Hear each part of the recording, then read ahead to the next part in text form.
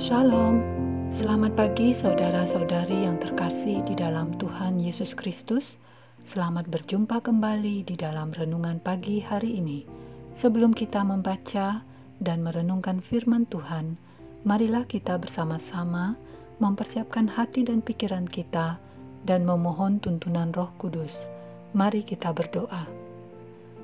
Bapa Sorgawi, kami hadir kembali di pagi hari ini. Kami menyadari sepenuhnya bahwa keberadaan kami saat ini hanya karena besar kasih-Mu kepada kami. Terima kasih ya Bapa, dan dengan penuh kerendahan hati, kami mengakui bahwa kami adalah umat yang berdosa, yang masih selalu gagal melakukan kehendak-Mu. Mohon ampunilah kami, dan berilah kami keteguhan iman untuk menangkal kuasa gelap yang senantiasa ingin menjerumuskan kami, menjauhkan kami daripada-Mu. Tolonglah kami ya Bapa. Pada pagi hari ini, kami juga rindu untuk kembali membaca sebagian dari firman-Mu. Kami ingin lebih lagi di dalam mengenali kehendak-Mu, mengetahui isi hati-Mu, sehingga kami bisa semakin dekat dengan-Mu. Biarlah Roh Kudus berkenan menolong kami. Inilah doa syukur dan permohonan kami kepada-Mu Bapa, doa yang kami panjatkan melalui Tuhan Yesus Kristus, Juru Selamat kami. Amin. Saudara-saudari yang dikasihi Tuhan, renungan firman Tuhan pada pagi hari ini terambil dari Yesaya pasal 48 ayat 17 sampai 18. Saya akan membacakannya untuk kita. Beginilah firman Tuhan, penebusmu yang Maha Kudus, Allah Israel. Akulah Tuhan Allahmu yang mengajar engkau tentang apa yang memberi faedah, yang menuntun engkau di jalan yang kau tempuh. Sekiranya engkau memperhatikan perintah-perintahku, maka damai sejahtera akan seperti sungai yang tidak pernah kering, dan kebahagiaanmu akan terus berlimpah seperti gelombang-gelombang laut yang tidak pernah berhenti.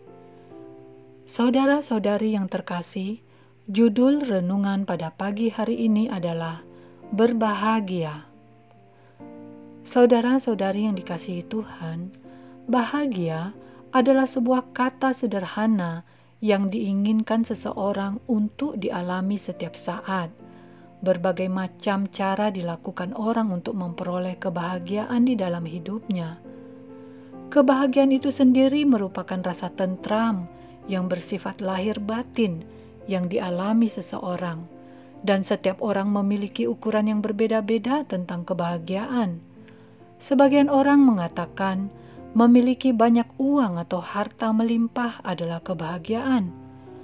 Tapi kita juga mendengar ada orang yang memiliki banyak uang atau harta melimpah namun tidak pernah dapat tidur nyenyak. Yang lain mengatakan memiliki kesehatan sempurna adalah kebahagiaan. Tetapi kita juga mendengar orang yang memiliki kesehatan sempurna, namun hidupnya kesepian. Ada juga yang mengatakan, bila bisa menjadi orang terkenal, maka hidupnya akan berbahagia. Tetapi kita juga mendengar berita orang terkenal, namun hidupnya berakhir tragis karena pengaruh obat.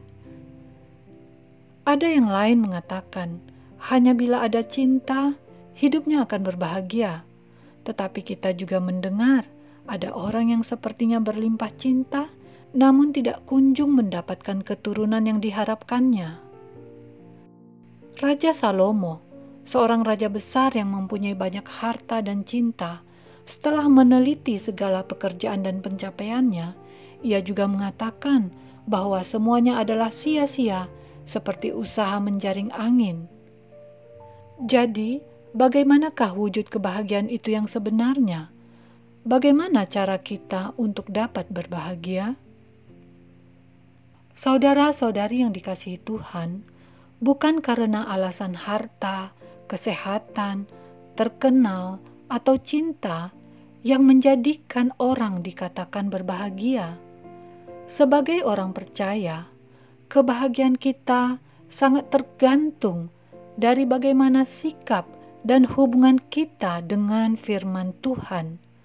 Hanya firman Tuhanlah yang menjadi dasar bagi kita untuk bisa menjadi orang yang hidup berbahagia. Firman Tuhan akan memperkenalkan kita kepada Yesus Kristus, Sang Penebus dosa. Apabila dosa-dosa kita telah ditebus, maka kita adalah orang yang berbahagia, karena kita akan beroleh keselamatan. Dosa kita ditebus. Bukankah nyawa kita lebih berharga dibandingkan harta? Pengenalan kita terhadap firman Tuhan juga akan membuat hidup kita berhasil, sebagaimana janji Tuhan di dalam Mazmur pasal 1 ayat 3. Pengenalan kita terhadap firman Tuhan juga akan memberikan ketenangan di saat kita menghadapi masa sulit atau malapetaka. Kita bisa membaca Mazmur pasal 94 ayat 12-13. Dan firman Tuhan juga mengajarkan kita untuk hidup kudus, sehingga kita tidak berdosa di hadapan Tuhan. Dapat kita baca pada Mazmur pasal 119 ayat 9-11. Saudara-saudari yang dikasihi Tuhan, penting bagi kita untuk menata hidup kita kembali agar kita mencintai firman Tuhan, mempelajarinya, menghormatinya, belajar dari kehidupan Timotius yang sudah mengenal kitab suci sejak kecil. Sebagaimana yang dikatakan Rasul Paulus demikian, ingatlah juga bahwa dari kecil engkau sudah mengenal kitab suci yang dapat memberi hikmat kepadamu dan menuntun engkau kepada keselamatan oleh iman kepada Kristus Yesus. 2 Timotius 3 ayat 15. Maka, sebagai orang tua, kita juga mempunyai kewajiban untuk mempersiapkan anak-anak kita mempunyai sikap yang benar terhadap firman Tuhan. Mulailah kita aktif memperkenalkan firman Tuhan kepada anak-anak sejak dini. Kelak, saudara, saya dan anak-anak kita akan berbahagia. Demikianlah renungan pada pagi hari ini. Tuhan memberkati. Kita akan menutup renungan di dalam doa, tetapi jika saudara ingin didoakan secara khusus, hubungi email kami. Kerinduan kami agar channel ini menjadi berkat bagi banyak orang. Mari kita berdoa. Ya Tuhan, terima kasih untuk firman-Mu yang baru kami dengarkan. Firman-Mu ini mengingatkan kami kembali agar kami setia untuk terus mempelajari firman Tuhan, agar kami lebih mengenal-Mu yang menginginkan kami untuk hidup kudus, yang akan memberikan kami ketenangan di dalam menghadapi kesulitan, yang akan memberikan kami keberhasilan, dan yang pasti kami akan memperoleh keselamatan, karena Engkau akan menebus dosa pelanggaran kami.